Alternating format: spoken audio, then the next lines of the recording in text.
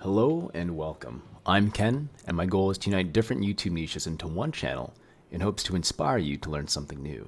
And tonight we will be talking about archery, why you should get into the hobby.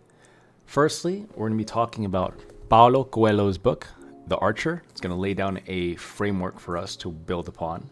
Secondly, we're going to be talking about my personal viewpoints on archery. And then lastly, I'm going to give you a couple of recommendations on your first bow and how we should go about thinking in terms of choosing our first bow wisely. So without further ado, let's get into tonight's video. If you are open-minded, and if you are not, then I invite you to do so. But Paulo Coelho, he writes a lot of brilliant novels. If you are the type of person that wants to become a little bit more meditative, open-minded, and perhaps progressive in terms of your life, your knowledge, your skill sets, I invite you to check out some of his novels, brilliant works. But in this one, tonight we're going to be looking at 3 facets that he points out in his book that will again lay out a brilliant framework for us to build upon. So let's talk about the bow. Story time. Sit down. Story time. The bow is life, the source of all energy. The arrow will leave one day. The target is a long way off, but the bow will stay with you, and you must know how to look after it. It requires periods of inaction. A bow that is always armed and braced loses its strength. Therefore, allow it to rest, to recover its firmness. Then, when you draw the bowstring, the bow will be content with all its strength intact. The arrow. The arrow is intention. It's what unites the strength of the bow with the center of the target. The intention must be crystal clear, straight, and balanced. Once the arrow has gone, it will not come back. So it is better to interrupt the shot because the movements that led up to it were not sufficiently precise and correct, than to act carelessly, simply because the bow was fully drawn and the target was waiting. And then lastly, the target.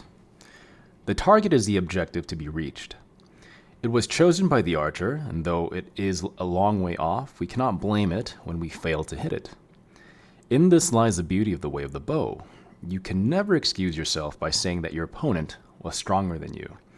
You were the one who chose the target, and you are responsible for it. The target can be larger, smaller, to the right or the left, but you always have to stand before it, respect it, and bring it closer mentally. Only when it is at the very end of your arrow should you release the bowstring. Let that sink in. You yourself are here in this world with intent.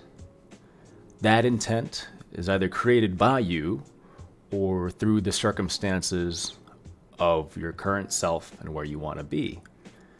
Why archery is such a brilliant thing to get into is because it's both a sport. If you're inactive, that it'll help. If you want to become more meditative and mindful, it will help. If you want to practice diligence, patience, and discipline in diversity, archery is your next hobby, and I really hope it is. Personally, for me, in a world where we are constantly being bombarded by stimulus that really does not matter to us, i.e. social media, doom scrolling through things that we don't care about, we're just trying to occupy our time, we kind of lose sense of purpose because we're just trying to find distractions from our purpose. And everybody's purpose is different, and I genuinely hope you find yours. What archery does for me, it gives me intent. If there is a target, I know I have to hit the target. And if I miss the target, it's predicated on my own faults. There's a brilliant, really fun scene in Shang-Chi, The Seven Rings. If you watched it, I invite you to rewatch it. If you haven't, please watch it. It's great. Where I think it was an old lady, she went to the female protagonist. They were preparing to fight the dragon. And the female protagonist was preparing, so she was practicing her shots. And she was missing. And one of the mentors, she told the protagonist, "You will keep missing if you don't ever aim," more or less. And when I watched it, I got chills because there was just so much in that. It was such a heavy sentence that really resonated with me.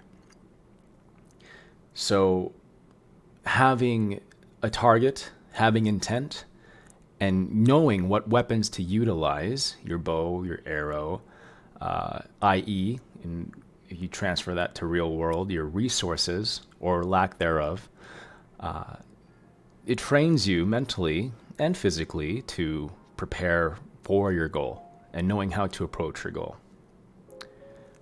With the philosophy out of the way, and I hope you've understood it more or less, let's get into the fun part, picking your next bow. So let's start with the most visceral. Let's start with the crossbow.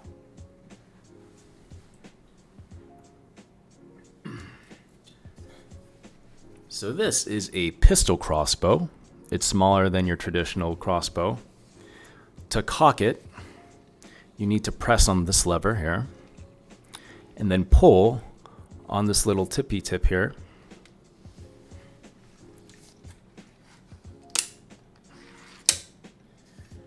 This does have a safety.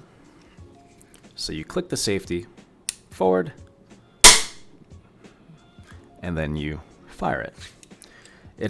Most crossbows will have a sight.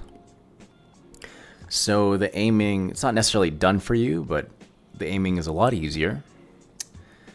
And it is arguably takes the longest to reload. So if you don't have a pistol crossbow and you have a normal crossbow, you have to really muster up the strength to pull the string back and knock it. But it is the easiest to shoot out of the three that I'll be showing you today. So the crossbow is for you. If you are the type of person that doesn't want any frills, you just want to get shit done with the least amount of effort possible, but you are also very practical in your approach. It's a brilliant choice. This is by Southland Archery Supply. The Rogue, and I believe I bought it for about $100.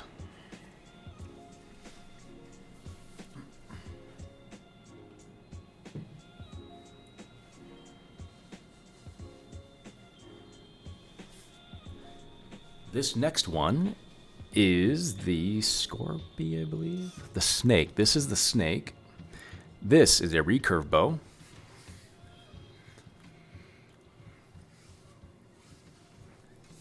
And I highly recommend you starting with a recurve bow. A couple of reasons why. One, it's the most bare bones, so there's no sight. You just have your arrow nock, left or right. This one's ambidextrous.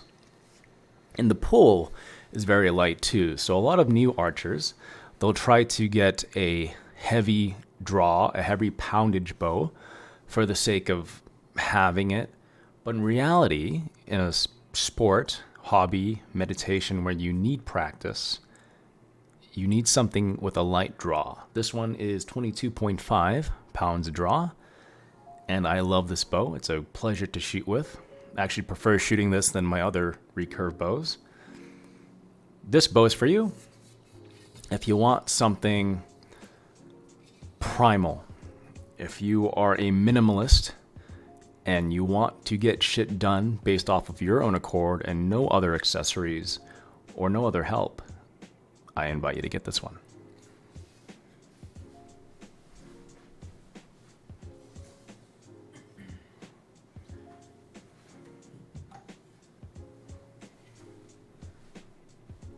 The last one is going to be your compound bow. This splits the egg between both the recurve bow and the crossbow.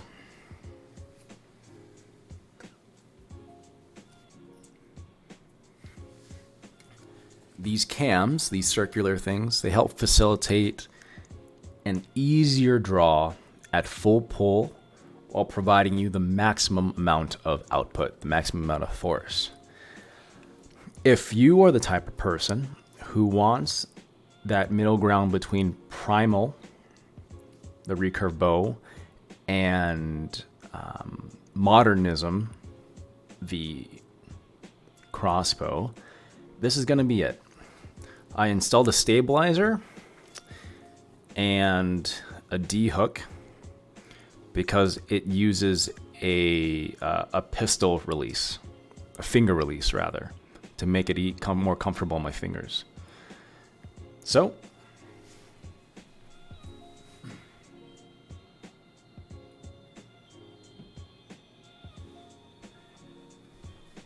those are the 3 types of bows that I can recommend to you.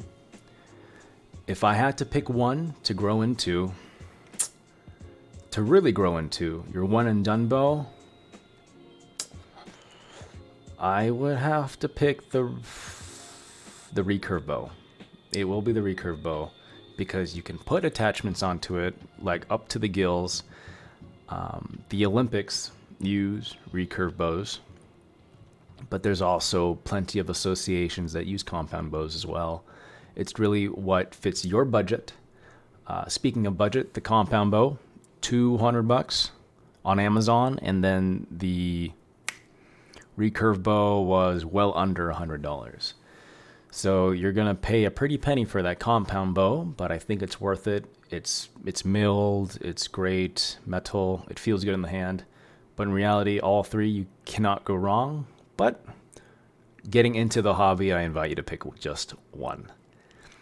For any questions, concerns, comments, please leave it down below. I would love to know, is this something that would interest you? And if there's anything else that I can do in future videos, I'll be sure to include it, as long as it's appropriate. Without further ado, if you would like to see more archery related content, here's an invitation to subscribe, and I'll see you again very soon.